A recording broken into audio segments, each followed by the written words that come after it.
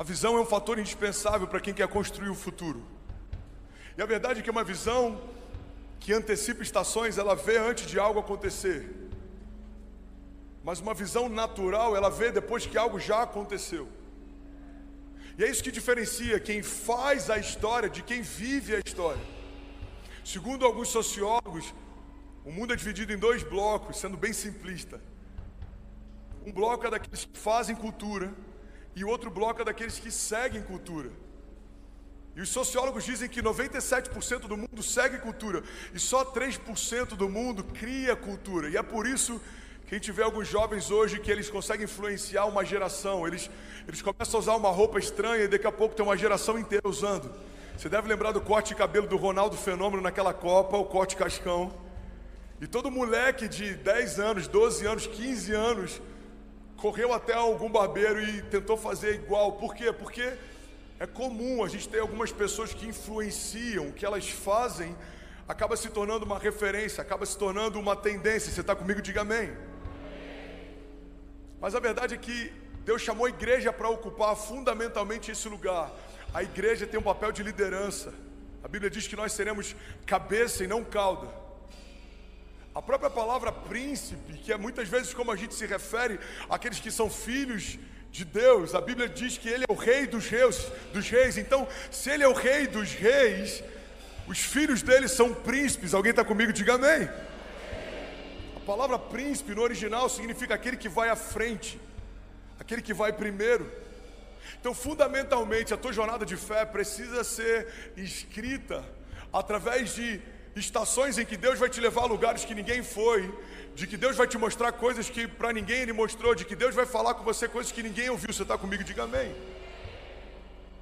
E como que a gente chega lá? Através de uma visão para construir o futuro. Eu quero falar sobre duas coisas fundamentais para a gente viver os milagres que Deus tem para nós. O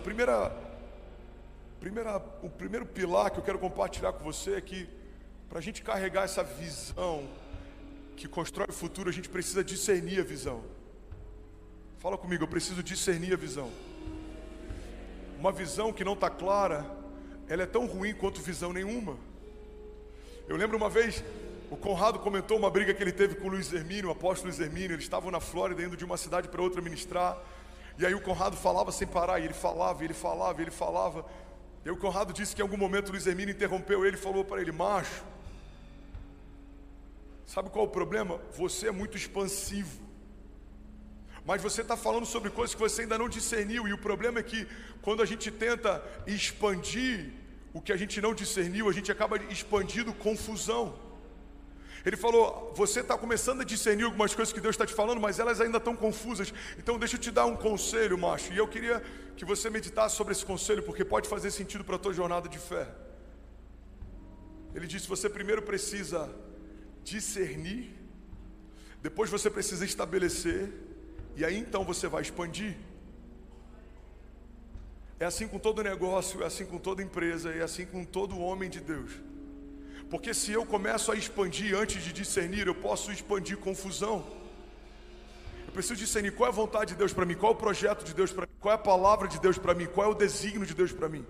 Para que eu fui chamado? Qual é o dom que eu carrego? O que Deus me deu que Ele não deu para mais ninguém? Qual é a linguagem específica que eu tenho? Quais são os sonhos específicos que Deus me deu? Em que lugar eu me torno diferente dos demais? Em que lugar eu sou mais do mesmo? O que Deus me chamou para me tornar? Quando a gente começa a discernir isso, você precisa estabelecer algo, porque visionários não são aqueles que enxergaram algo novo, são aqueles que não pararam só na sua visão. Você precisa ter uma visão, mas você precisa também ter ação. Então depois que você discerne, você precisa estabelecer algo. É isso que separa pessoas que tiveram uma boa ideia de pessoas que mudaram a história. Boas ideias nascem todos os dias, mas o que muda a história é quando alguém sai do campo das ideias e começa a criar novas realidades. Você está comigo? Diga amém.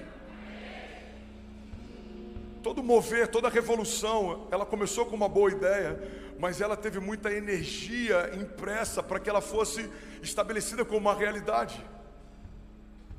Todo avivamento, toda revolução, toda construção, Ela começou com uma ideia, mas alguém precisou não só discernir, mas estabelecer. E depois que você estabelece, você precisa ir para o próximo passo, que é expandir. Deus não te chamou para viver algo comum, Deus te chamou para viver algo sobrenatural.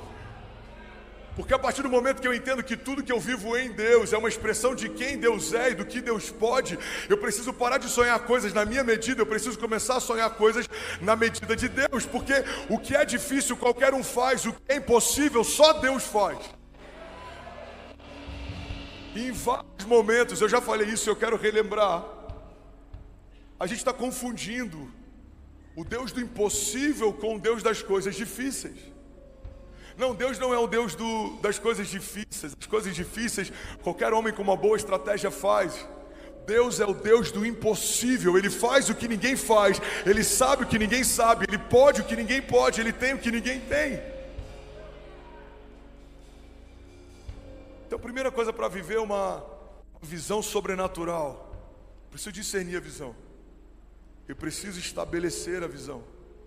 E eu preciso expandir a visão. A visão, irmão, é o que dá acesso aos recursos.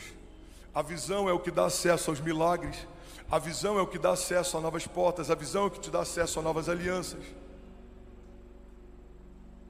Sabe, a visão, ela é tão poderosa que ela já carrega dentro de si tudo que você precisa para que ela se torne uma realidade. A visão é como um pack, é um conjunto completo. Deus nunca vai te dar uma visão para algo que Ele não te der ferramentas para chegar lá. O problema é que muitas vezes a gente subjuga a visão como se fosse algo quase que virtual. A visão não é algo virtual, por mais que ela não seja palpável, ela é real.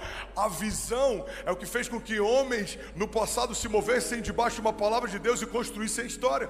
Hebreus 11, a galeria dos heróis da fé nada mais é do que uma galeria de homens que entenderam a visão, se moveram pela visão, confiaram na visão. Noé teve uma visão de uma arca, construiu a arca e sua família foi poupada. José teve uma visão de um sonho, permaneceu em meio a cativeiros e se tornou governador. Davi teve uma visão de um reino, foi ungido, esperou anos até que assumisse o trono. Jesus teve uma visão da redenção e da nova aliança através do seu sangue. A Bíblia diz que pela alegria que lhe fora proposta, ele suportou a vergonha e a dor. Então Jesus está no momento de dor, mas a Bíblia diz que Ele traz à memória dele a visão, e pela alegria que foi proposta, Ele suportou até o final. Irmão, olha para mim, a visão torna a jornada mais leve, a visão torna os desafios mais leves, porque quando a visão está clara, a gente olha para o desafio e olha para o final da linha de chegada, e a gente sabe que isso não é nada comparado àquilo que Deus me prometeu. Falei sobre algo semana passada e pode ser novo para alguém. Eu queria que você anotasse, se alguma chave fizer sentido para você, medita nisso. Isso pode mudar a tua história, isso pode mudar a tua casa, isso pode mudar a tua semana. Eu falei que a diferença entre o louco e o visionário é que o louco desistiu. Porque todo visionário já foi considerado louco um dia. Steve Jobs foi considerado louco. Tem uma história, não sei se ela é real, mas reza a lenda que numa das reuniões com os engenheiros e com os designers da Apple, ele olhou o protótipo que chegou do iPhone e ele falou: tá grande demais. E aí os engenheiros começaram a discutir com ele: Steve, a gente já fez vários testes, a gente já saturou todas as possibilidades, não tem como ser menor. Ele falou: tem como ser menor. Aí os engenheiros, em algum momento da conversa, eu imagino que não foi no melhor momento, falaram para ele: Steve, desculpa, você não tem nenhuma formação técnica. Todo mundo aqui tem mestrado, pós-doutorado. A gente está dizendo, não tem como ser menor. E aí reza a lenda que o Steve Jobs mandou trazer um balde com água. Ele pegou o balde com água, ele jogou o iPhone dentro do balde e começou a sair bolhas de água. Ele falou: se tem espaço para ar, dá para ser menor. E algumas semanas depois os engenheiros voltam com um sorriso amarelado, dizendo: a gente conseguiu fazer ficar um pouco menor. Se ele tivesse parado na primeira barreira, provavelmente algumas coisas que mudaram a tecnologia e a forma como a gente se move hoje não teriam saído do papel. Por quê? Porque a diferença entre um visionário e um louco é que o louco desistiu.